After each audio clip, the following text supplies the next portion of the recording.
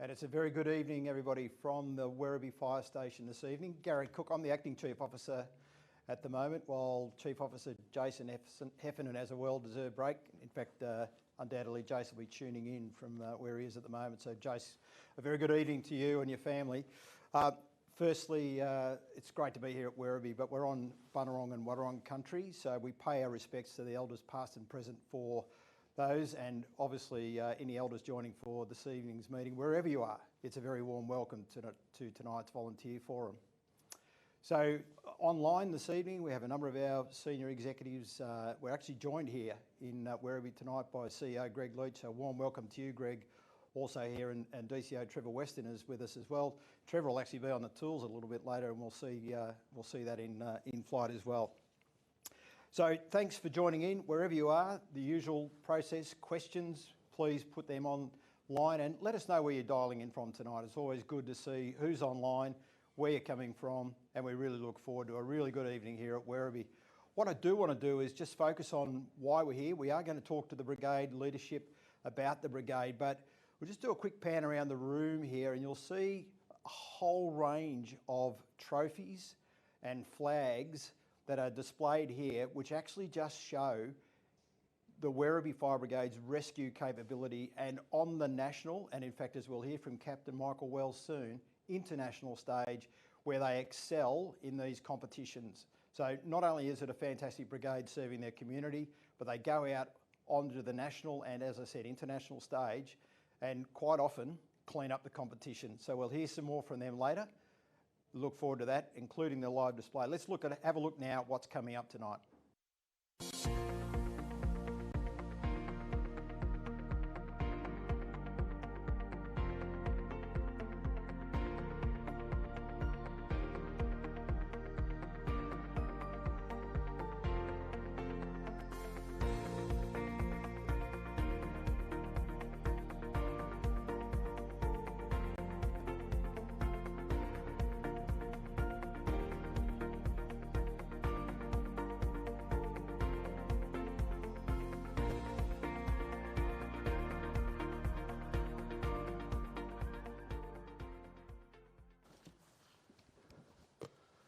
And with the wonders of technology now, I'm seated. So again, a very warm welcome here to Werribee this evening. I'm joined by, up here on the panel tonight, Captain Michael Wells. Michael, thanks for having us here at Werribee tonight. Great to have you on board, and we'll have a bit of a chat in a moment. Absolutely. And Lieutenant Damien Milloy. G'day, Damien. Great to see you as well, and look forward to some of the conversation we'll have here tonight as well. Just a couple of things I want to start by. We've had some challenges over the last couple of forums with some buffering. I've got to say the team behind the scenes have worked feverishly to get that fixed up. So we're fingers crossed, everything's working well. We've really taken the feedback on, and we've got some great people working behind the scenes to make it all work tonight. So again, just acknowledging that's been on the go. Okay, let's have a bit of a chat about where we're at here at Werribee. Again, great to be here. It's a great member crew out the back here as well, and we'll look forward to some participation from them later. But Michael, one of our busiest fire brigades, as a volunteer brigade. Tell us a little bit about that. Yeah, absolutely. Well, we're growing and growing each year. Werribee, we've got some unique risks here. We're one of the busiest in the state, and probably almost say nearly the country. Last year we did around 1,100, I think it was 14 calls. And so far this year up to around 980 in the financial year. Some of our months blow out to January, February, up to 140, 101 calls a year. It's very, very busy for us. So to maintain our operational response, our training, recruitment, retentions, is a big challenge for a big urban brigade like ourselves. And I mean, that's grown from over the years from when the brigade was first formed. I mean, we know, I think it's 111 years. Yeah, absolutely, 111 years this year, and we're starting out not far from here. We haven't moved much over the years. We've been in this station here for just under 40 years now. We've got some works in process to develop that, but the brigade's getting bigger and, as I say, busier and busier. Obviously the equipment's changed. When we got involved in rescue back in the late 60s to now, where we had to fundraise for everything from our first Jaws of Life to what we've got sitting behind us. We've actually named the truck after one of our founders of the road rescue, who you're going to chat to later. So rescue is a very important part of our brigade as well. Yeah, absolutely. And we will chat to Darryl Wells AFSM a little bit later, a little bit about that. But I mean, and it is fantastic to see the gear behind us today and what we have. And you think about those, we often always look at what we haven't got, but sometimes we've got to look at what we do have. And if you think about what our forebears actually did in terms of getting things off the ground, we're trying to be as progressive as we can be, and this is a great example of that. Absolutely is. If you look back in the history, and we're very proud of our history at Werribee and where we've come from, you'll see that around the walls at the station, where we started pulling cars apart, with hand tools, hacksaws, crowbars, socket sets, to having the original jaws of life, to now the Hamatro rescue tools here. It's cutting edge technology. And with our rescue team, putting themselves out there and challenging themselves not only to be some of the best in Australia, but also on the world stage, they're bringing back those techniques to benefit not only our community, but everyone that travels through it. And if we can decrease our extrication times, it decreases our morbidity or mortality, and it's so much better for the community with some of the world standard we have here. Yeah, it's fantastic. So, and obviously we're focusing a little bit on rescue tonight, but the risk profile of the brigade here, you've got a number of risks. You've got a big high rise over here behind us. I was just looking at that before, I think 11 stories, but we might hear a little bit more about that later. But just your risks around the brigade area. Yeah, so some of the risks we do have high rise firefighting now, which brings is an issue to us around not only getting there, but the local community is really good in letting us train there. We've got a lot of pre-plans, again, which you'll hear about a little later. We've got a lot of heritage listed sites around here. We've got the Werribee Mansion, we've got the Werribee Zoo and the Open Range Zoo, which has its complexities. If we ever have to chase a grass fire through there, I don't think I'd like to be on the back of the truck on that day. We've got the infrastructure with the pumping station, the Melbourne treatment plant, Werribee Mansion, just to name a few. And we've got a huge technology precinct with Melbourne University, Victoria University, and a multi-storey hospital not far down the road. Yeah, so it's a very different risk profile to when the Werribee Fire Brigade was formed and all of those formative 111 years ago, clearly. But what we're doing is, and it probably goes to the skills of the brigade. I know you've got a really active group of members here at the brigade. Yeah, absolutely. We've got around 50 odd, we've got a membership around 108. Of those, around 64 are operational firefighters. And there's a good mix between our skills mix with structure firefighters, BA operators, rescue operators to meet that risk, and we're constantly training our members to that. And as you know, that can be a challenge within CFA sometimes. But you can see by the membership we have here tonight, we've got a lot of people who step up, are willing to train and train hard for that. We do get good support locally from our other CFA brigades and FRB, especially around specialty appliances and into those areas, but ultimately it rests back with us. So yes, we're very different from another CFA brigade. We don't have a lot of grassland at all, although we do have a tanker. A lot of our work is surge capacity and supporting our local brigades. We're essentially very much an urban brigade. We have over 60 alarms. We have to maintain over 200 keys with the properties we have. It's a significant risk we have. Yeah, excellent. Now, Damien, you're sitting here on the left-hand side, and we haven't had a chat. Michael and I are right into it there, but just talk a little bit about your role and particularly in terms of the development of the brigade and some of those things. I know we'll talk a little bit about the retention program shortly, but just your insights to the brigade and how long have you been here? Yeah, so I came across from the Melton Brigade nearly 14 years ago. I was the first lieutenant over there, and coming to Werribee here and then being elected to the first lieutenant, one of my main portfolios is that of operations. And so that's really looking at our ability to be able to respond, looking at our protected premises. As Michael said, we do have quite a number. We also support Wyndham Vale to most of their protected premises as well. And the training that our training team does, and led by our Second Lieutenant Rohan Rizzoli and Third Lieutenant Josh Redman, to really look at the needs of the brigade in those protected premises and how can we fill in some of the gaps that might be there within the current training program.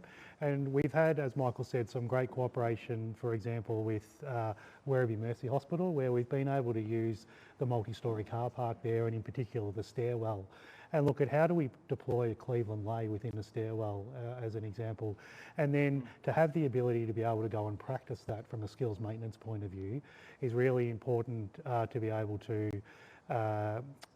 use those skills under the pressure that you might face.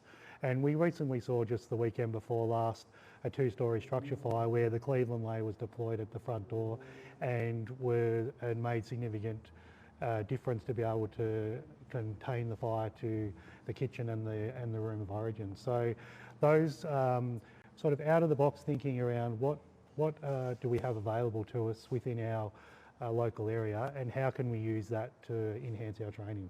Yeah, it's fantastic. I mean, a great sort of story about the application of training into the real life scenario when you've actually got that situation, and you don't want to be actually trying to work out how you're going to do that when you get there. So it's a lot about the practice and the opportunities to do that. The other thing that really helps us with, particularly with our alarms, is that every one of our protected premises has a pre-plan. And for all those that have keys, we have a program on a Wednesday morning where we have those members that are available come to the station, and they will go out and check the pre-plans.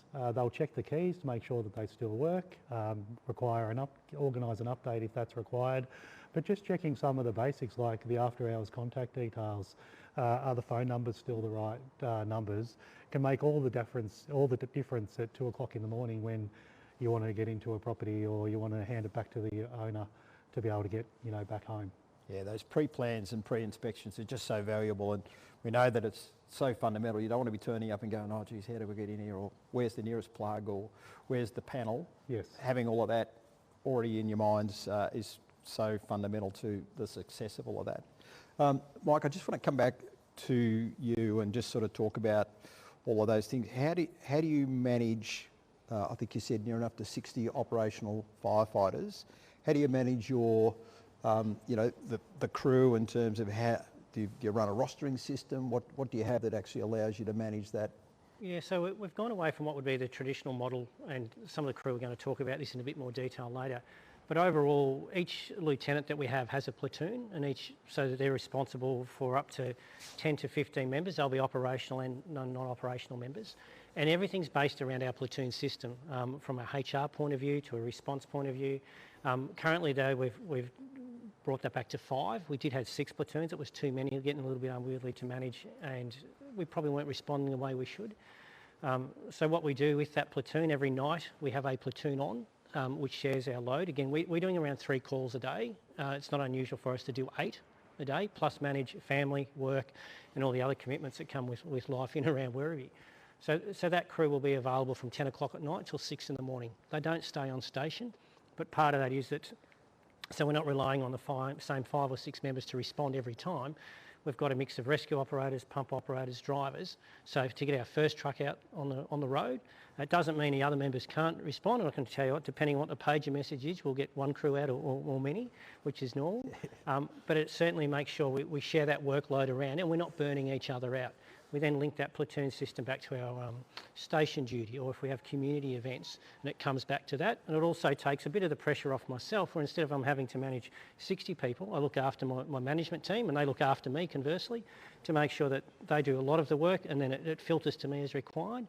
But it means I'm not as busy, and I can focus on the things that really matter to the brigade instead of the little nitty-gritty things. Plus, we've got a new rostering system that Rohan will talk about, and Damien, on the weekends, where we've had some great success around that as well. Yeah, that's it.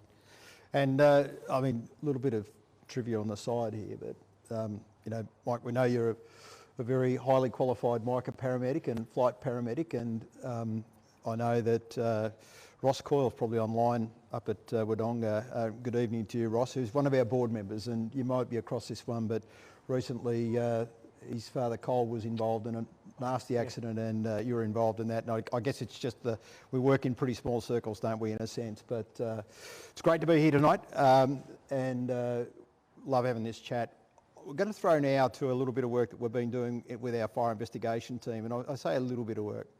This has actually been a phenomenal piece of work with fire investigation and DCO Rohan Luke's team, where we've had a number of Samoan firefighters, 7 in fact, have come out and undertaken an intensive fire investigation training course at the Training Academy up at Huntly, so where our fire investigation facility is. I know we've featured that previously in a number of different forums, but it was wonderful to see that. So let's go to a video and just see how our friends from Samoa participated in what was a really, really important piece of work for them.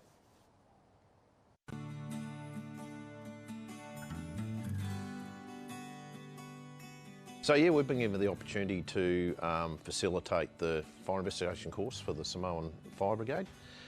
So we've been starting off running them through right from the basics. Today they were doing some protect and preserve, and they've observed 2 room burns and got to see the data from that. And they've also been demonstrated to by us what we look for, so some of the indicators and stuff. From our understanding from them, they want to develop their fire investigation. That it's been, whilst they've been doing it, they've only had 1 qualified fire investigator in the past. And so now we've got 7 that are working through, aiming for that. So obviously the more we get there, and the more knowledge they can get, the better it's going to be. There's a team of 7 of us, and we were nominated by our commissioner to come to this training, but we don't have many people that have the expertise in this field, and so we really need more people in this field so that whenever there's an incident or fire, you know, one of us can attend. So today they were doing a practical just for the topic called Protect and Preserve.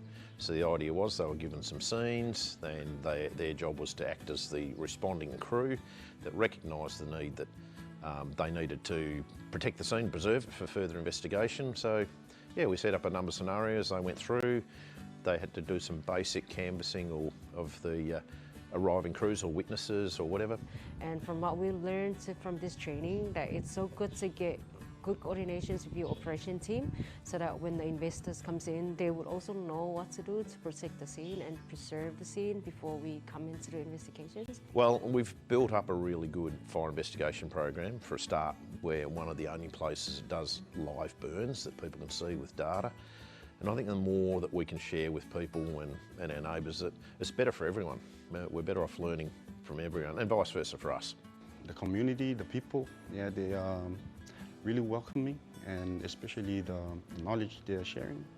Yeah, it's helping us a lot to build our capacity, in not only during our fire investigations, but also we want to maybe review our legislations when we go home. Yeah. It also empower us as women, female firefighters within our authority back home, because it's a male-dominated field and we don't have many females back home, and having 2 of us attending this, it's a privilege for us as well.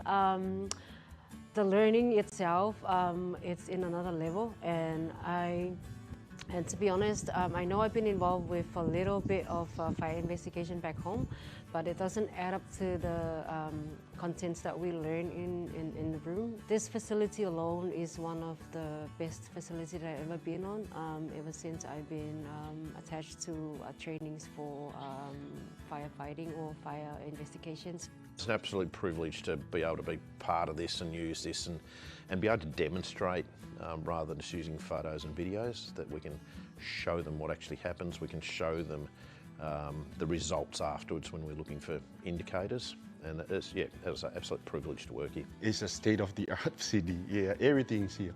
You can do vehicle fires, structure fires.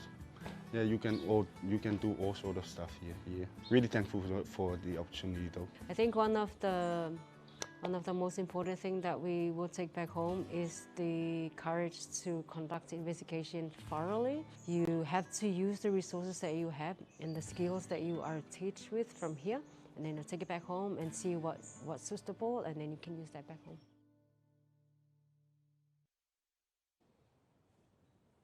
Well, how terrific is that? Just a great story in terms of our partnership with the Pacific Island Group, and particularly the Samoans. So, and well done to the team that were right behind that, and in particular to Nicole Harvey, who's the manager of our fire investigation programs, who did a lot of the back end work to actually get that program up, and as I said, significantly supported by the team at Huntley. So well done, everybody. It was great. Now I'm joined by 2 new panel members. So I've got Rohan Rizzoli, who's the 2nd Lieutenant. Welcome to you, Ro, and 3rd Lieutenant, Josh Redman. So g'day, guys. Great to have you on the panel tonight. We sort of introduced this a little bit with Michael before about the system you use here in terms of supporting the members and, you know, balancing the workload and the training and all those sort of things. I'm just interested, probably for a start, Rohan, just how that works, and how you're finding that. And obviously you're trying new things all the time. Yeah, definitely. I think for us at Werribee, it starts with recruitment. at the initial phase of having someone new join our brigade and join the wider CFA organisations, obviously a really important first step for us. So for us, it's more than just getting people through the door. It's bringing people into and building a culture of purpose and supporting your community. And for us, and like many brigades, we don't just let anyone in, and we go through quite an extensive EOI or information night process, vetting our candidates, chatting to the people and letting them know that we are a busy brigade. It is a high operational tempo here, and we need to ensure that they know that and what to expect when they join. Some think they do, and when they join they say, oh wow, I didn't realise how busy it was, and I've lived down the road for so many years and I didn't know. And so we ensure we get the right candidates through the door first, and then we bring them into building our culture of what we have here at Werribee. And for that, being such a busy brigade, it's about engaging our people in everything that we do, and rewarding our people and ensuring that we've got the right balance through work life, like Michael mentioned earlier, and also the fire brigade. And having such a large wide of people and personalities, that's really important for us. And some of the ways we've really worked in our retention and keeping people engaged here and ensuring that their purpose is fulfilled is ensuring that the balance off the truck is right with what's on the truck too. Going to 3-4 jobs a day means people get fatigued easily, it means people miss important family events and work things too. So having an area where in our brigade used to be an office space is now our members' lounge space, or a space where they can plug in and work and play from here, or rest or train or meet, is important for us. And we've done that in several areas of our brigade in recent years, and probably the last 6 years or so we've really focused on ensuring that you can come to our station and not just respond to fire calls. You can be social, you can be professional, you can also relax here too. So that's been a really main focus for us, not only as a brigade management team, but a wider brigade and a family, and build that culture of you can always be here. And if you're someone that doesn't get on the truck as much as others or doesn't live as close as others, we always know there's always a core crew in every brigade that get to the truck first. It's really about balancing that operational load across our brigade and our members and our experience, and ensuring that everyone gets an opportunity to use their skills and use everything they've been learning through CFA courses and to bring it onto the truck and into the fire ground. Yeah, it's fantastic, and it's a great example of getting that balance right, but also creating the culture around the brigade for people to actually feel welcomed and valued and participate at the level that they can with that understanding, as you said. So Josh, just in terms of, firstly, how long have you been involved here in the brigade, and then tell us a little bit about your role and how that all links in. Yeah, so I've been a member of this fire brigade since I turned 11. So joined as soon as I could and loved the journey ever since. My current role, I'm the 3rd Lieutenant, assist Rohan with planning all of our training as well as organising our PPC. One of the things that's been really crucial over probably the last 12 to 6 months for me has been working on a trial on how we can continue to improve our service delivery. So at the core of what we do here is the service that we provide to the community. And when we're growing at such a rapid tempo, 9% per year, I think is about the figure, we need to start to look at how we be innovative to meet that service demand. So we sat down and identified a few challenges. One of those big challenges is SDS. So as we know, 4-minute turnout time brings about challenges in terms of population density to our station. So it's actually a challenge to get somebody from home to the fire station and then out on the fire truck in time. And that works and in the current sense of responding from home. However, as we continue to grow in demand, we need to start to look at some other options. And so for, I think about the last 4 or 5 months, we've been trialling having members at our fire station on weekends. And as part of that time that they're here, they participate in some tasks that they would have to come up here to complete anyway. So truck checks getting done weekly, BA checks, inventory, washing of appliances, extra targeted training that we find is really, really important, and then even just team bonding. And while they're here, they're responding out in the community. It's been really good to re-engage some of our members who haven't been as engaged as others, and it gives everybody in the brigade an equal opportunity, no matter where you live. We looked at numbers as to how many people actually live local to our fire station, and only about half of them would be an eligible candidate due to, being too young or potentially too old. And so looking at how we can engage people outside of our 4 minutes to come and help us meet our service delivery has been really good. Yeah, excellent. And I'm looking forward to a little bit of a chat a little bit later in this evening's broadcast, which is not about the old, but the senior members of the brigade and some of the work they do around the place. So, Ray, just like you sort of talked about all of that, you know, almost like it's nurturing people through that journey. Is there anything that's a standout? Like, is there something that, you know, you look at and go, gee, that is really, we've really nailed that particular one and we've got to, you know, do more of that? Is there anything that's a standout? I think it's more so, you know, people look at Werribee and they know we're big and we're busy and they always ask, do we have beds here? Which we don't. But they think it's our numbers is our greatest strength here, and I think it's more so our people. And I spoke about culture earlier, and that's been fostered for generations here. And you mentioned you're going to chat to some of our more vintage people a bit later on. And it's really been fathered down to us and to some of the younger members and some of our younger leaders and Josh and myself who want to take this brigade into the future and to ensure that we adapt with our evolving community. We know that Wyndham City's got a couple 100,000 people in it. We know that it's not the small country town that it used to be, although it still is at heart. And for us, it's our people. Our people is our greatest strength. To be on the truck, to go to an incident where a vehicle's in a building and grab our tradies out of the back seat. We've got a plumber, we've got a chippy, we've got a sparky. It's our greatest strength. We've got people here who work in emergency services like Michael, you mentioned earlier, or Damien in healthcare. Or we've got police officers or people who work in schools with children. Everything we do, we're able to use our strengths from outside of CFA into CFA, and that's what makes us stronger every day that we're here. And then the reward for our people is the skills they learn in CFA or at the Werribee Fire Brigade, they take into their everyday life and share those. So I think for us, our greatest strength and what works well is our people. And as mentioned earlier, we're really strong and sometimes tough on our recruitment because we know if we not so much get a bad egg or the wrong person in our brigade, and many brigades would experience that before, it damages your culture and it's hard to get that back. And we must ensure that we have the trust of our members as a brigade management team to recruit the right people. And having conversations recently with some of our members that have come from other brigades or have been in several CFA brigades, and they've just said, there's nothing like Werribee. And I said, why is that? Are you just blowing wind up me or you're being legit? And they said, no, I've never come to a brigade that is so busy yet so relaxed.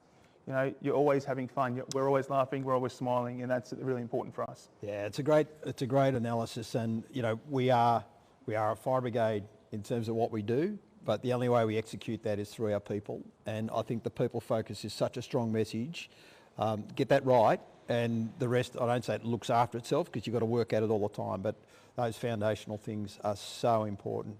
Josh, just in terms of same sort of question in a way, is there something that, in your journey here, you've gone, gee, we've really got that right? So we've talked about culture, but is there anything structurally we do? Is there any system thing that we do that actually assists with that you've looked at? And are there any things that you're looking at that might actually also help us going forward?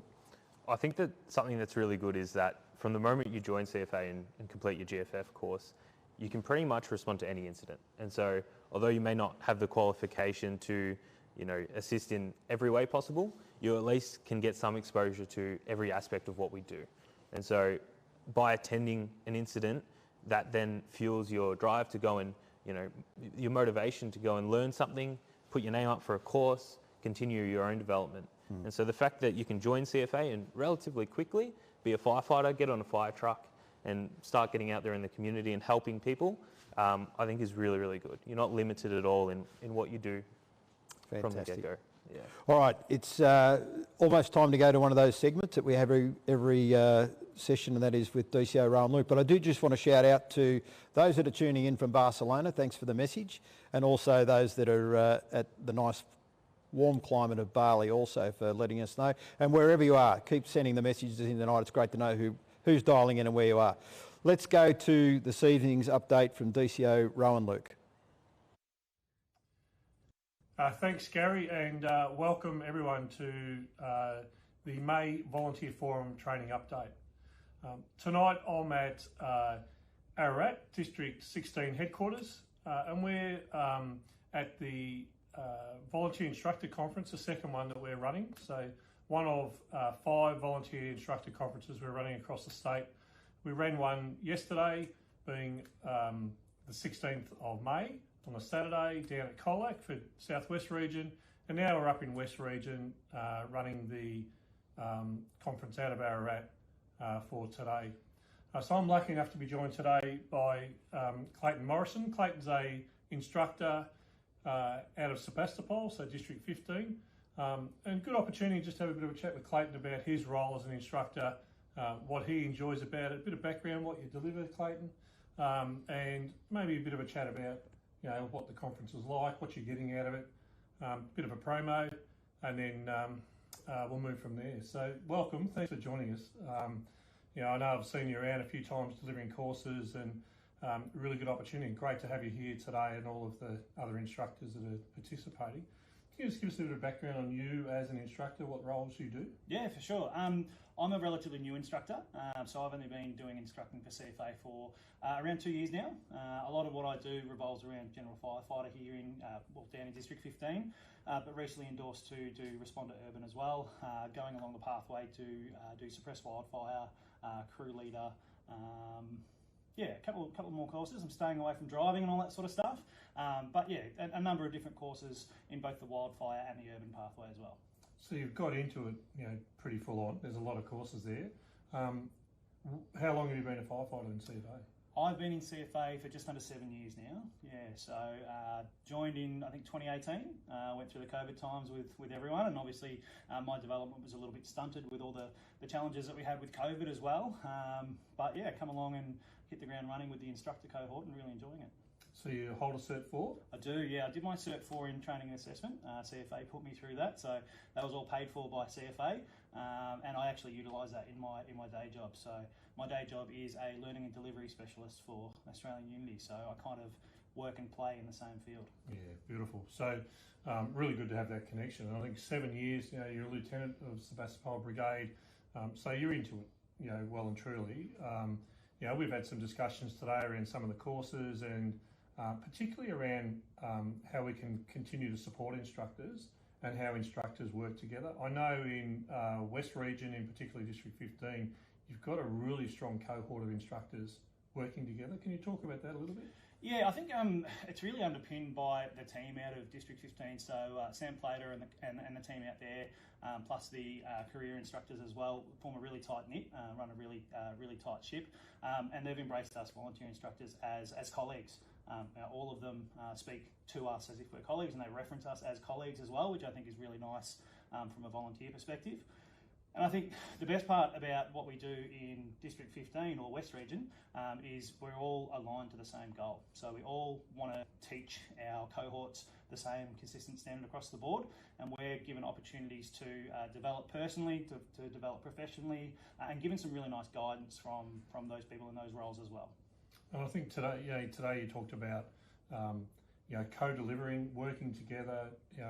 Two instructors, whether they're two volunteers or two paid instructors or volunteer and paid, feeding off each other in the course and building that level of communication to the students and really supporting each other.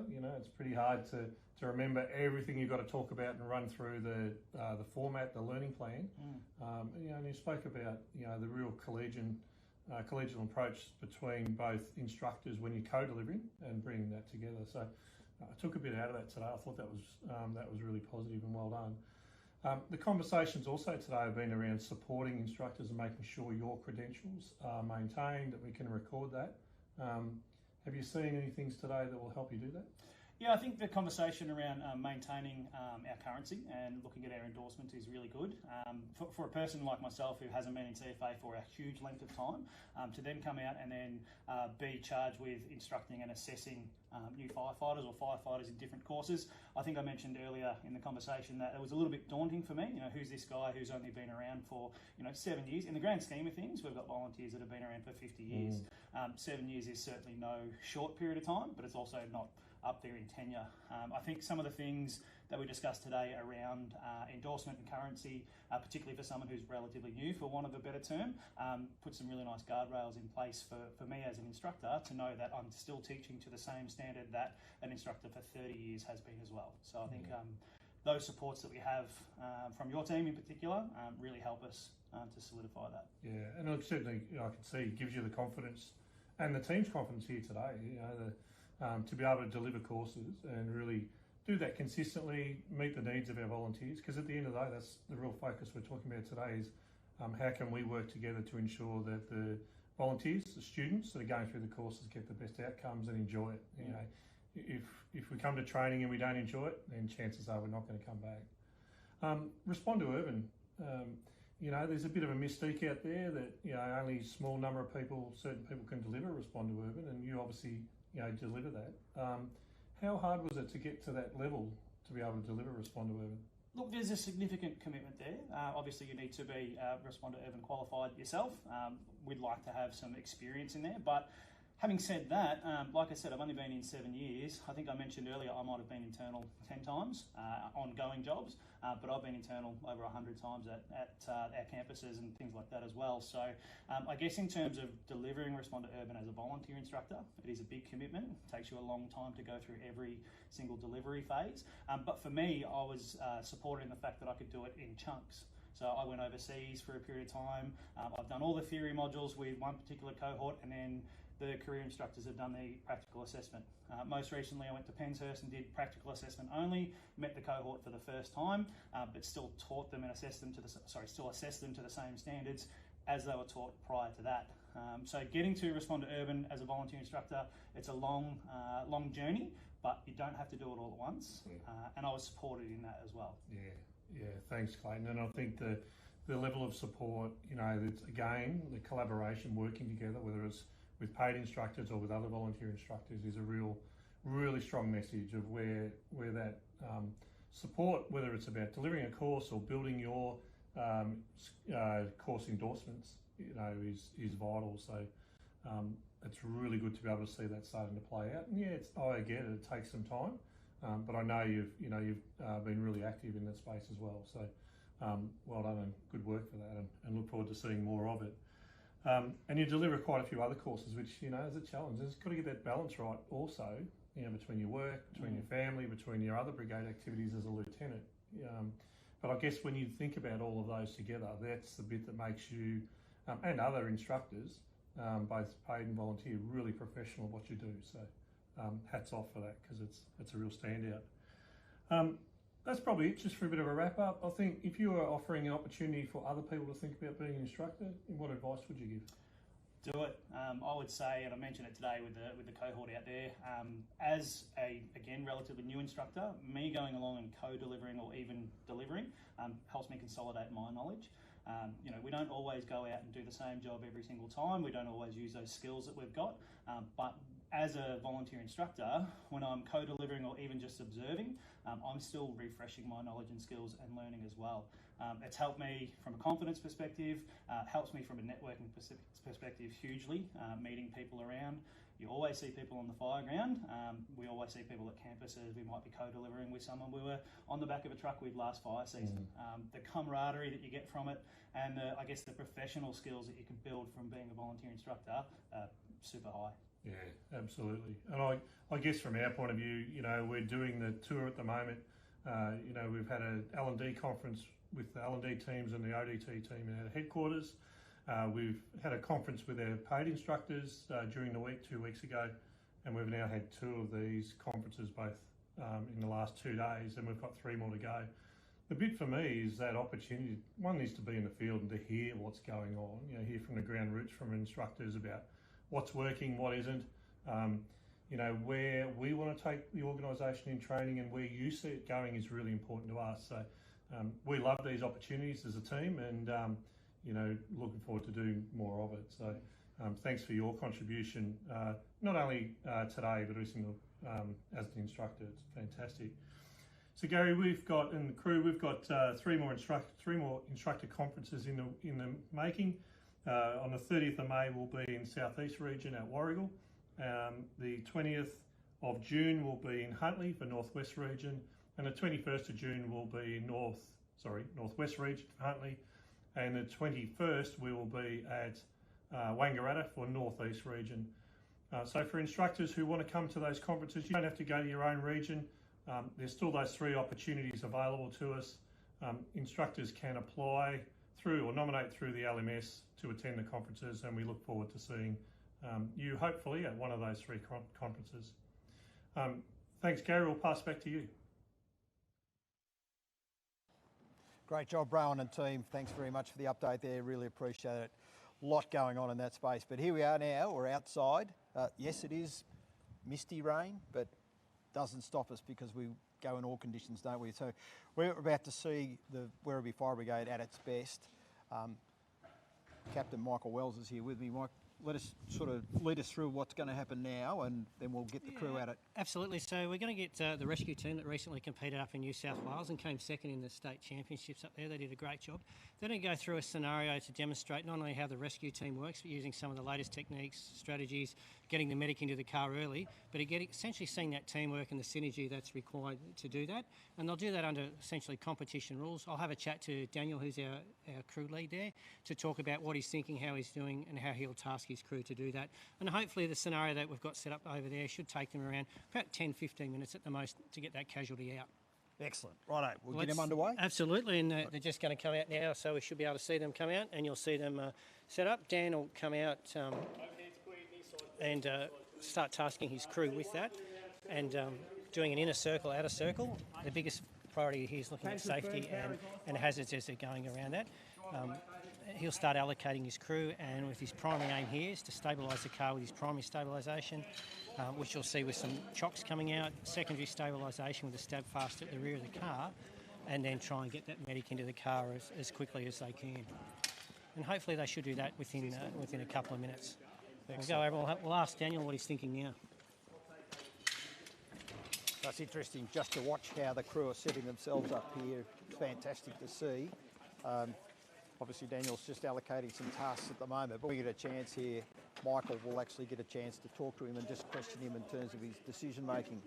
But what you can see now is a team really well drilled. Have a look at the way they're actually going about this. Systematic, very clear on what their tasks Just are. quickly, Daniel, what are you tasking with your crew with now, and what are you thinking? So at the moment we've started with conducting the inner circle assessment and outer circle assessment, so basically just checking for any safety hazards. Spilt fluids, glass, etc., number of patients, orientation of car, potential stability issues. So the boys at the moment are engaging with primary and secondary stabilisation. You can see the patient was non-responsive, so we've got our medic in pretty quick. Guys are working on our secondary stabilisation. Once that's done, the vehicle, I'm satisfied that the vehicle's stabilised. I'll pull everyone across for a quick brief, and then everyone will understand their roles. We've basically broken down into two teams, Team 1 and Team 2, and then we'll looking at this stage, conducting a side removal, and the patient will come out on a 45. That'll be in consultation with the medic once I have a chat with him. No worries, thanks. We'll let you get back to it. We'll come back to you for the brief. Very comprehensive brief there, Garry, on what they're actually going to do. Yeah, absolutely. And just watching the way that the team are actually systematically going around this, it's like, you know, you can see a really well executed drill here, but people know what they're doing. It's so important. They're not sort of sitting around going, not sure what I'm going to do next. And the briefing from the IC is fantastic. Yeah, we'll see if we can listen. No, he's come back. One of the things that's very important with rescue is you're not completing one task, waiting for another. You're doing multiple tasks at a time, and you are working as a team.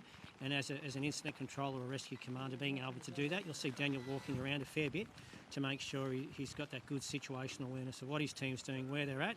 He's got his plan A, which he's explained to us, but he also have plan B, C and D, should that not work, to get that casualty out as quick as they can, even in this lovely weather. Yeah, and I guess that's the point here. It's, you know, the rain has come in just bang on timing, but that's the thing about these incidents. We don't actually get to pick when they occur. We don't actually get to pick the climate or the conditions that we're working in. So we've got to be able to do it in every circumstance, and that's what's happening right now. Absolutely, and the issue is we train the way we fight, and this is how we actually do this. We'll go and have a listen to see what he's briefing his crew. That'll be our extrication part. How we're going to do that, our execution. You guys are going to be on Team 1. You guys will be Team 1 on hydraulics, on the tools. You guys will be Team 2 on inside the car, peeling and revealing, creating space. You're going to be safety, stabilisation with glass. Tool dump where it is, debris dump to the front of the car, away from the extrication path. Communications, I want to know when you're cutting, spreading, ramming, and breaking glass. Above all, advocate for the patient's needs, communicate through medic and communicate through me.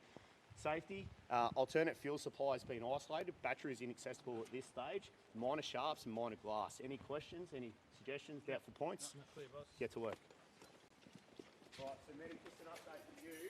Very clear and concise brief by Daniel there, and getting the crew in there, and he'll convey that then to the medic inside the vehicle, what their plan is. The medic, having been medic in one of the rescue teams in the past, you spend a lot of time with your rescue controller explaining what your patient's condition is and advocating for that patient. Rescue is about the patient and getting them out as viable as you possibly can, as quickly as you can, but predominantly very much as safely as you can for them. and for us. And they're doing Yeah, so that it's well. just sort of popping the door now, but I think, you know, your point there about not messing around, being very clear, very articulate with the plan of what they're going to do, and then everybody peels off into their tasks. Yep. And I'm watching the IC walking around here and actually checking progress on the operation as well. So it's really, you know, and you talked about the patient, you know, the person in the car, whilst we're not compromising our safety, it's very much around getting them out as quickly as possible so they can get to a level of definitive care and give them the best shot.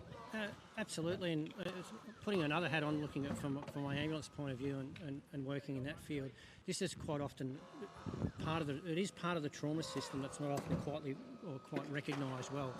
People see the trauma system as the ambulance shows up. We do a great job, and our crews are fantastic. The helicopter, we take them to a trauma facility, but this is a very critical part of getting those patients out. And the quicker we can get our patients out, and the quicker we can get them to that trauma facility, not on the side of the road, but to a facility, hopefully the better the outcome for those patients. Henceforth, we train hard purely for this reason. Just looking now, we've got the door off. Obviously, Yeah. that's now given us really good access to the patient. Yep, so they'll get... Next steps? Yeah, so they've removed the door. That's our primary access to the patient. So we'll be looking at, say, should the patient deteriorate, in this case, this is somehow they can get them out and get them out quickly. They've got a tool set up, and then we've removed the object. They're keeping their workspace relatively clear, making sure they're not tripping over anything. And again, it's a systematic approach. They remove one door, they'll now take the side of the vehicle out. Daniel's explained they're going to take them out on a 45-degree angle. They've got their spine board set up just behind them as well. So once that door comes off and the B pillar comes out, they'll get that board in and get them out. But again, they'll stabilise, which they've done. Daniel will get that rechecked again. Every time something comes off the car, something will change. So they'll look at restabilising that vehicle and checking it as they work through the scenario. So, like we spoke about before, the training here is so important. How often would drills like this be run for your crews? Yeah, so with Werribee, we try to do again, given our risk here, we'll try and do a rescue scenario or a rescue skill set every week, or we'll run it through a program over a 6-week program where we have, we'll train for 6 weeks, then we'll put it into a scenario. We're lucky we've got good access to vehicles, and that will come to a joint exercise where the crew that's been doing some urban firefighting with a pump will come in and be involved in that scenario as well, and they'll do an extrication. So because we are busy with rescue, and again we try to keep our skills up as high as we can, we'll try to do a rescue drill at least once a week, and that will be spread out over, our training cycle goes over 2 months, so it's generally a 6 weeks training cycle. We'll put it together with a combined drill, and then we have a meeting night in that as well. So every 8 weeks we're training that up, or changing up. So it takes a lot of, it's a perishable skill if we're not doing it, and because we're a large brigade, we're making sure that those that aren't getting on the truck first time, or they're getting on the truck, on the second truck, they're getting their skills up as well. It's very important that we make sure we train not just our first responders, but everyone across that board. Yeah, it's fantastic. And this is a great display, obviously, here at Werribee, and just a shout out to all of our rescue brigades around the state. We've got 21 of the brigades that are involved in road crash rescue, and we're well supported by TAC to undertake those activities, which is really fantastic, all of that. But it still takes, as we talked about before, the people involved in this, the commitment they make to actually be not just good, but in your case here, excellent. Absolutely. Some are best in the country, as has been shown by the trophies. So. Absolutely, and although people say that the competitions aren't on in real life, having competed in competitions and been involved in road rescue for over 30 years myself, this is as close as you can get, where you're putting yourself up not only against your peers, but others around Australia, and in our case around the world, to see where we sit, but bring back those techniques, as I said earlier, so we can have that significant impact to get them out. It is hard work, but we're also mindful, besides the training, and rescue is hard. It takes a toll on us. We're very well of our mental health and mental well-being. We had a mental health night run here last night to inform not only our members, but the importance of it. Their family and friends are invited. We make sure we look after each other as well. So it's not just about doing a skill, it's about looking after ourselves, obviously at the job, but also the follow-up after the job. And I can't stress the importance of how important it is that we do that. Yeah, absolutely. So what's about to happen here now, Mike? So they've brought in the rescue platform, because they'll be working at a height. So that will come in beside the car, and it's up on the block. that comes in there, which gives them a platform, a stable platform to work from, as opposed to working off ladders how we used to, or working with tools above our head. Daniel can also use that to get in on top, have a good look, as I say, maintain his situational awareness and find out what's going on there to make sure his extrication plan and his pathway is working, and he can adjust that and be dynamic and pivot as required for that. And you can see the medic, who's actually, I think, a deputy in there working away, Trevor, working on that casually to make sure that they are looking after them and protecting them in the middle of that as well. Yeah, that's great. And I've just, again, the teamwork hasn't stopped. It hasn't stopped. And you know, it's almost like the clock is running. Really, Absolutely. in a sense, I know this is a drill, but that's really what we're rehearsing against here. Is we've got a real patient, we've got a real extrication, and as you said before, in terms of the chain of survival, this is such a critical element. Absolutely. To get somebody out of an incident like this and get them to some form of definitive care to give them the best chance at life. So, yeah, really, really good watching this. Absolutely, it might be worth. I'll see if I can get Daniel now. His plan's working. I'll see if we can have an update and see how he's travelling. Yeah, get a progress report. That'd be great. Sorry, Daniel, to interrupt. How's the plan going? Yeah, so far so good. The back door gave us a little bit of trouble, but we decided to cut the pin from the inside, which worked really well. So just getting some shafts protection in place now. As you can see, the orange bags there, just for patient protection and also our protection AVs. So under the direction of AV, he's satisfied that the patient can come out on a 45. If there was any concerns about C-spine, we would flap the roof forward or completely remove the roof, maintain neutral alignment, and the patient would come straight out the back on the board. But at this stage, that's probably plan C. Unless that changes, he's better come out on a 45. And I've just mentioned the rescue platform. What's the benefit of using that? So certainly a great addition to rescue in the last few years. So typically we would use it on an elevated rescue similar to this, or really handy for moving patrons off trains or getting access to truck cabins. Anything at height we can work off. It's pretty steady, and we can get a couple of us up there at the same time. No worries. And you work under direction generally at AV here to get the patient out? Or Yeah, that's correct. So the paramedic and myself, typically on the road, will be in constant communication with each other. If the patient's condition changes, or if there's any changes to my plan, then we will consult with each other and work hand in hand, essentially, for the final until the final extrication. No worries. We'll let you get back to it. When we get back, we'll have a look at some of the stabilisation you've set up as well. Yeah, sure. We'll talk through that. No problem. Yeah, so a great update there from Daniel, just in terms of the decision making, where they're at right now at the moment. It's obviously a critical point here now, which is the actual extrication. But you know, that process to get to this point where we've now got a spine board in there, or actually getting the patient onto that to get an extrication has just been methodically executed. I'm just very impressed with it. Yeah, and as I said, as you mentioned, the teamwork, there's 5 or 6 of them, but they're working as one, with the ultimate game to get that patient out as quickly as possible to get them transported through. You mentioned the stabilisation and how important that is there earlier, just in terms of, you can see the stabilisation on the front and the rear here, but just stabilising before commencing. Absolutely. They would have put their primary stabilisation in, which will assist them to get the medic in. Which again, if we can get the medics in the car as opposed to standing outside the car, because you know quite often we do, and having been there myself, we want to be where the patient is. We stand there, we stand in the way of where the rescue crew is going to be. If we can get them into the vehicle, we can then start our extrication and our extrication plan, and they're in there with their casualty. And again, stabilisation is absolutely paramount. They get that primary in and the secondary in this case they use the stab fast to make sure that that vehicle doesn't move. And it's about the safety of the casualty and the safety of us, so that we're not injuring anyone else in the process of getting them out. Should this be the rescue competition, it's about here that the medic would value add, if you could say that, to making sure the patient is well managed, go through their secondary survey, treat what they've got there, and the crew would go back and ensure their stabilisation there is done. But this pretty much reflects what we're doing in a real-time job as well. Yeah, and as I said, you know, the weather conditions have turned right bang on here while we've been out here, but that's the art of the game, isn't it? Like, we don't get to pick when the job comes in. We don't get to pick whether it's during the day or whether it's at night. And so what we've got now is a real live situation, and with the ability for the crew just to stay focused on that, regardless of what was happening around. I want just total admiration for that. Yeah, absolutely. Again, it's typically we train this way because this is what happens in, as you say, in real life. I'm not sure how long we've got, Daniel, but just we're talking about the primary stabilisation and the secondary stabilisation. If you could mention what that is and some of the equipment you've used here tonight. Yeah, certainly. So primary stabilisation involves 4 points of contact with the vehicle. So what we've used tonight is block and wedge kits. So we've got, typically we would have 2 sets on each side, but because of the orientation of the car, we've only been able to put 2 sets on the near side of the vehicle, so under the A pillar and under the C pillar.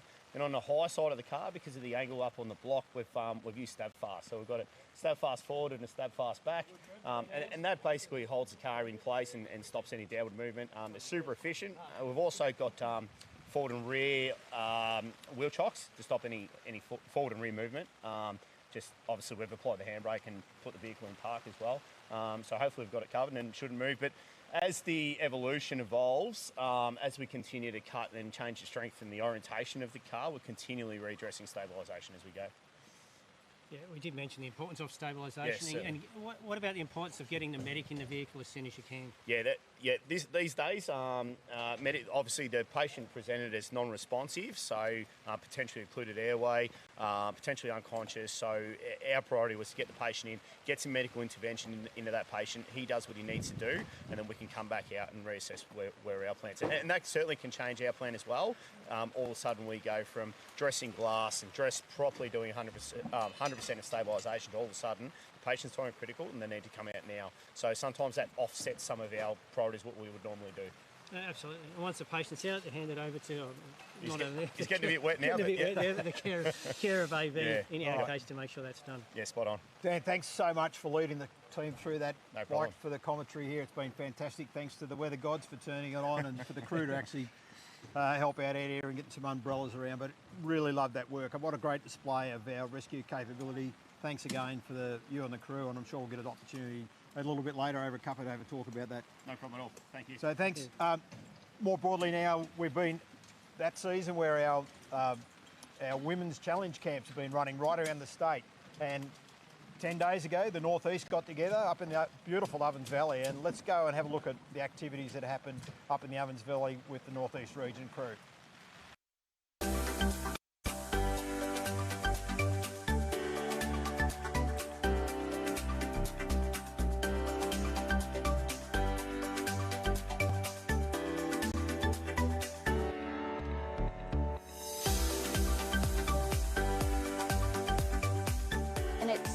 Great actually getting to meet a whole heap of other women from different brigades that I wouldn't normally meet, and just hearing stories of them, and but then a lot of them have been seeing each other on fire grounds and stuff, so I'm looking forward to when I'm out scribing to coming across them as well, so it'll be nice to see them in the future.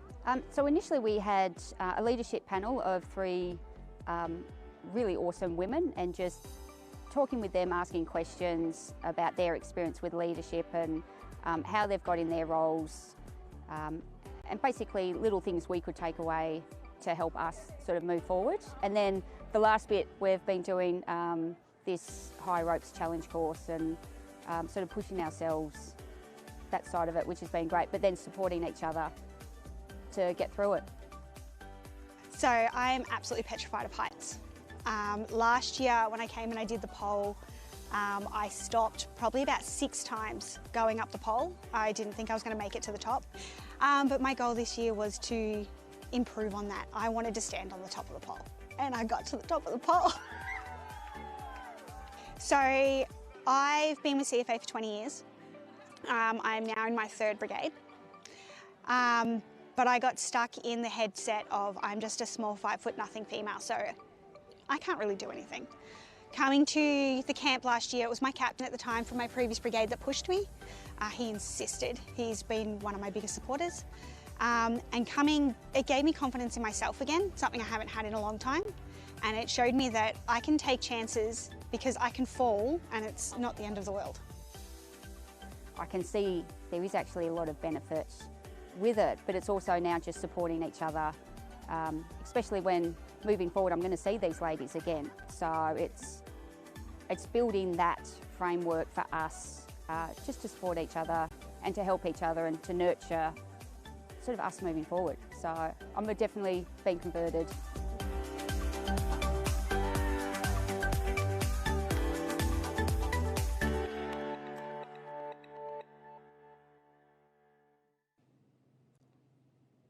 So So there you go. Well done to the crew up in the northeast for what was truly a great weekend to have by all, and I've had some wonderful feedback from some of the participants that went up there. So I'm now joined by Christina Zsori, who's one of the members of the Werribee running team. Christina, good evening to you. Yes, it's nice to see you a bit dry, Gary. It was some interesting conditions outside.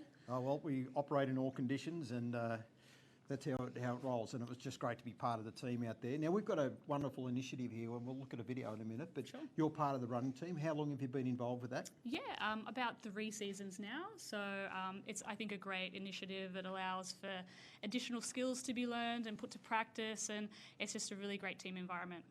Yeah, that's great. So we're just going to look at a short video at the moment that'll take us to the, I guess, the lead into what we're about to see, and we'll come back and talk some more about that. So let's go to that video. Sounds good. This year, Werribee has changed their pants to a blue pant, which is just an inclusive decision for our female runners, our younger runners. It makes us feel a bit more comfortable when they get wet or dirty, and it just lets us enjoy our time on the track. Yeah, change is hard, especially when there's so much tradition. But if the Brigade and this event is going to evolve, we need to change a little bit. And it took a lot of work behind the scenes, but I think we're all really proud to be on track with blue pants today. Just simple change for the comfort of everyone in your team, and it makes such a huge difference without you realising. So much more comfortable. I feel faster wearing blue too. I don't have to worry about what colour underwear I wear or getting wet or getting dirty. I remember the first time I ran in the white pants, I was afraid to sit down because I didn't want a brown bottom, but no, they're super comfortable and make me feel super comfortable on track too.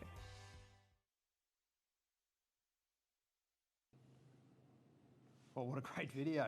A lot of fun in that one. Christina, tell us a little bit about the making of that and what was behind it. I actually didn't know a lot of that footage was being recorded. That was my second ever state demo, the first in the new uniform, and I think just looking back at it, it captures like just how happy and such a great time we were having as a team. So yeah, I think the context is a couple of seasons ago, we got some feedback, particularly from our juniors, that they weren't feeling comfortable in our uniform. So as a brigade, we addressed that by coming together, talking about what was important to us and what changes we could make just to feel a little bit more inclusive and considerate to our female runners, our junior runners, and anybody else who wanted to participate that wasn't feeling comfortable at the time. So yeah, that video is a really nice celebration of the belonging I think we were able to create, because that's what practicing inclusion is all about. It's you know, enabling individuals regardless of their abilities, regardless of their backgrounds, or you know, or whatever, to sort of feel valued and included, and giving people equal opportunity. So and you know, when you put that all together, and it starts to foster belonging, which, you know, Rohan out there mentioned is so integral to building a really good brigade culture. Yeah, I was actually going to take that, you know, straight into that, what you were just saying then, and what Rohan was saying before about, you know, the way the brigade is set up and the culture. And we'll talk to one of the, you know, senior leaders of this brigade that's been part of setting that culture shortly. But it's, you know, you see that carrying through, and the, you know, to see the you know, the next generation of leaders fostering that and growing it is so important. And actually having the conversation and go, actually, people aren't feeling comfortable, so let's do something about that, rather than just going, well, you know, just suck it up because that's what we do. That's right, or that's what, you know, that's what hundreds of years of tradition has told us to do, right? But when someone is brave enough to speak up and say, hey, I don't feel comfortable, it's really nice to see, particularly our brigade, like, listen, be empathetic and act on it. Whether it's small change or big change, like, again, it all goes towards building that culture of belonging. Yeah, it's great. And, you know, there's a lot of work going on right across the organisation around this, and it's great to see it. You know, I guess ultimately it's led by the brigades, you know, because that's where the true success is. And absolutely. I know that, you know, there's a lot of brigades trialling a lot of different things to be more inclusive, to be, you know, making their culture one where everybody feels like they're welcome, regardless of what they can contribute to the brigade. And, you know, we'll talk a little bit later just about the contemporary volunteering membership model, which is, you know, out for consultation, and we're talking about that at the moment. You know, and that's the sort of thing that we're looking to do, to actually make sure that we're harnessing every opportunity with members in our community who want to be part of CFA, but they want to actually feel like they're welcomed and they're included in the activities and not limited in any way in what they do. Yeah, that's what progress is, and I think you can see we're not short on accolades here. You heard about our rescue sort of team before, but it's really awesome as you know, since that video was taken, I can name Amesbury, Hoppers Crossing, Grovedale. They've also all gone and changed their uniforms, which is, you know, it's just super cool to see, and to then also be acknowledged by the ESF is really special, and it's just motivating, right, to keep doing things like this, whether it's big change or small change, but just to keep thinking about inclusivity. Great story. Thank you very much. Now That's I'm going to bring in former captain Darryl Wells, AFSM. Darryl, welcome to you. Thanks, Christina. Darryl, thanks for joining us this evening. Great to see you. Great to be here at a brigade, and one that you've certainly been around for some time. And we talked about the culture and some of those important things here in the brigade. Just, you know, you've been part of that journey. How do you see the brigade today from where it was, you know, 20, 30, 40 years ago? Oh, it's a leading brigade, in my opinion, in what we've done. We've had to grow with the community. When I started, we did, I think, about 40 calls a year, and now we're over 1,000.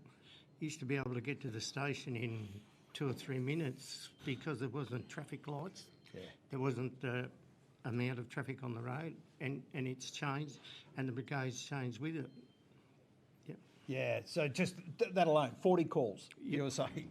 So 40 calls to over 1,000 where we are today, and that's testimony to the brigade here and the way they've been able to adapt and continue to provide that service to the community. I often talk about brigades being strongly connected to their community, and I see that here in Werribee, you know, where people have connections to all parts of the community, and the credibility that that carries, and the ability to recruit from the community then is strong as well. It is, yeah, and that goes along with rescue as well, because 1967 we started rescue, and we could see the need for it as the traffic flows through the highway and the local roads.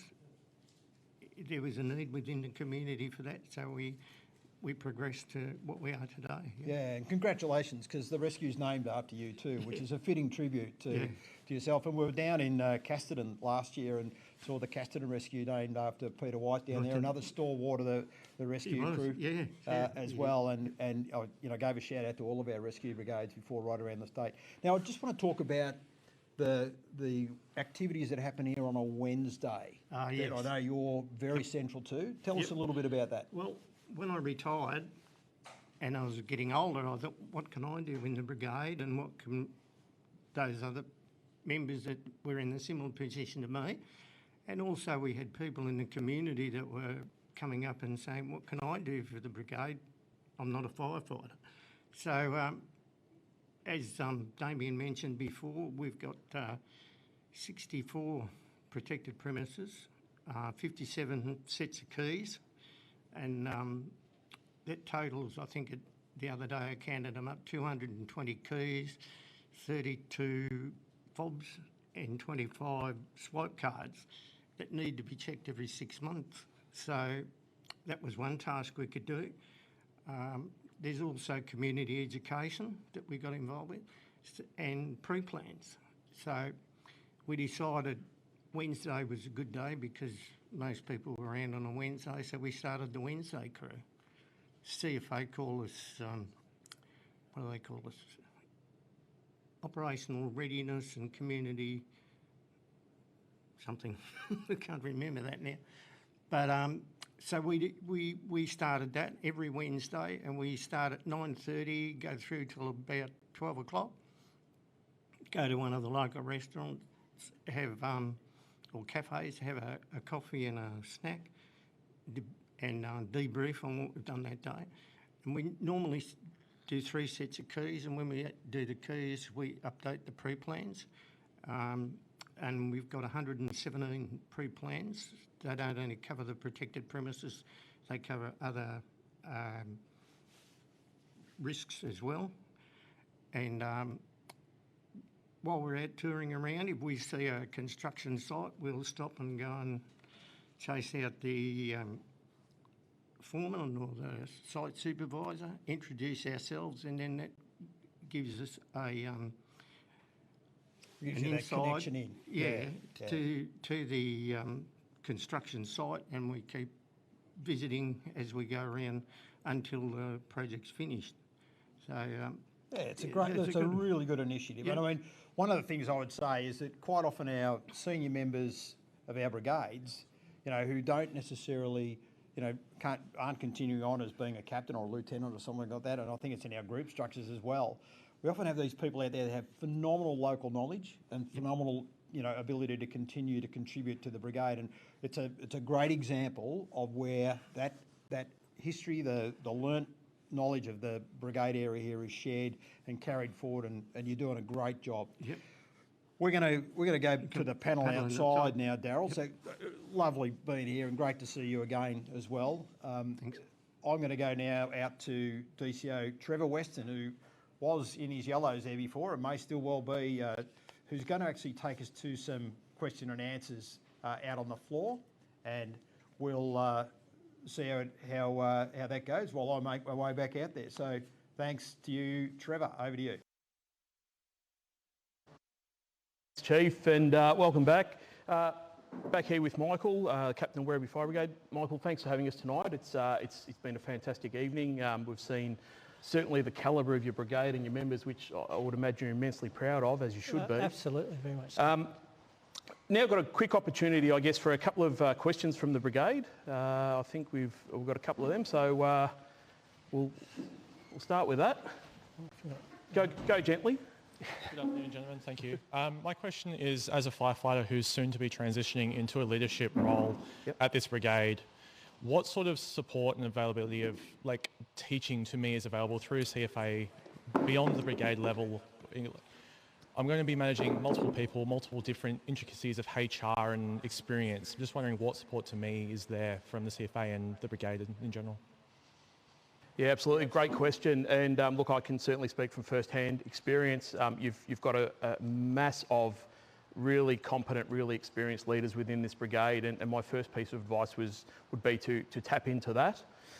Find yourself a good mentor to work with, someone to bounce those difficult challenges off. As far as CFA goes, that is something we're certainly working on, and Rohan, Luke and his team are powering through some work in developing what leadership capability opportunities there will be. They do get advertised from time to time, but it is something that we'll definitely have more information about shortly. But again, look, tap into your local leadership cohort first would be my advice. I might just go on the back of that too, just to add to it. So there is a lot of leadership development occurring and leadership development programs being built in CFA as part of the volunteer leadership development programs. And, we'll look forward to actually, trotting them out into the future as well. We understand really, particularly for a brigade like yours, but for all of our brigades, because as I said before, we're people first, and what we do is what we do, whether it's rescue or fighting fires or whatever. And giving our leaders the tools to actually support them in leading brigades, we recognise is really important. Making sure we continue to do that in a contemporary way as well, because what was learnt and what worked 10 years ago or 15 years ago mightn't be what works today and into the future. So we want to make sure that we're keeping pace with that as well. So it's a great question, and well done on the future leadership prospects.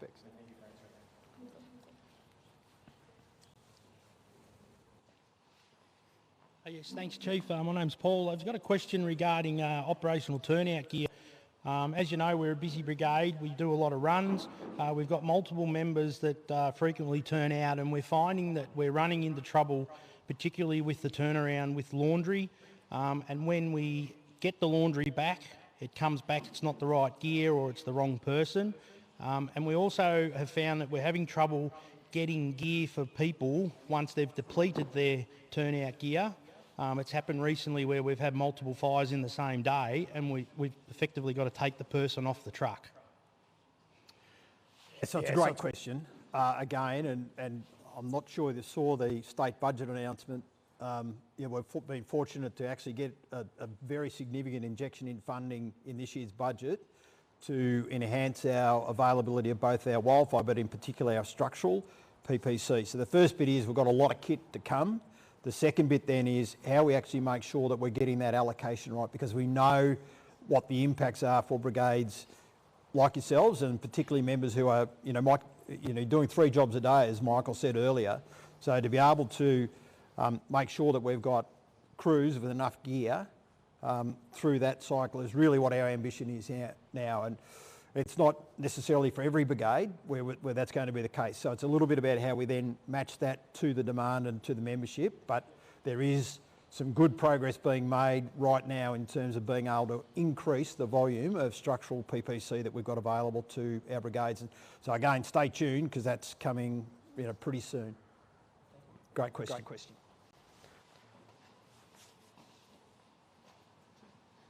Chief, my question's about workwear. I know the survey is open at the moment for some feedback around our workwear and what we have, and I think whilst we're all very grateful that we've finally got it over the last couple of years, there's obviously been a lot of challenges with it. And I've put in my feedback, I was wondering if there's some more specifically targeted areas where, I know out in the community where we do a lot of community events and fire safety and engagement and programs, and as you see us all wearing it here tonight, one question I get frequently is that, what are you? We don't say fire rescue anywhere.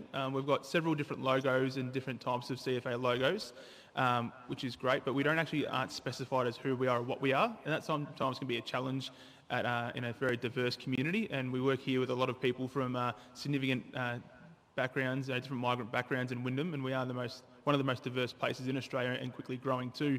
So I was wondering if there's any thoughts so far, any ideas that have come from the organisation around us, one, being identified as firefighters, and 2, also the colouring as well. Obviously the colouring's been a big problem, whether it's a newer set or an older set, you can't mix or match, but even being more of a darker navy traditional firefighter blue colour, which matches our brigade t-shirts, our dress blues, and traditionally what firefighters wear and have worn for a long time. Yeah, it's a really great question, Rohan. A lot in that. The first bit is the survey's open at the moment, and we'll gather all of that feedback. There's going to be plenty. I mean, we know that it's not necessarily, we've got some challenges for our diversity space, for example. That it's the workwear hasn't necessarily been fit for purpose across our diverse group of people, and particularly being gender inclusive. So there's some work to do in that space.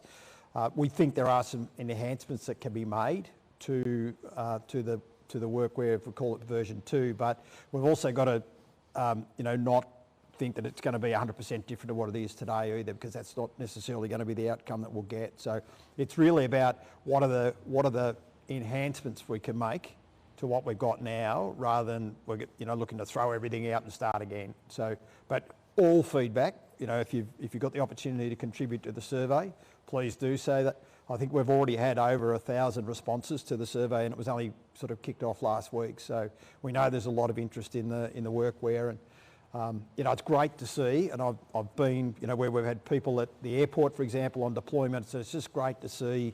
We used to look all over the shop. We see a group of people walk in now, and it's so readily identifiable as to what it is. How can we enhance that? I think that's where the survey results and what we do next in terms of consultation get us there.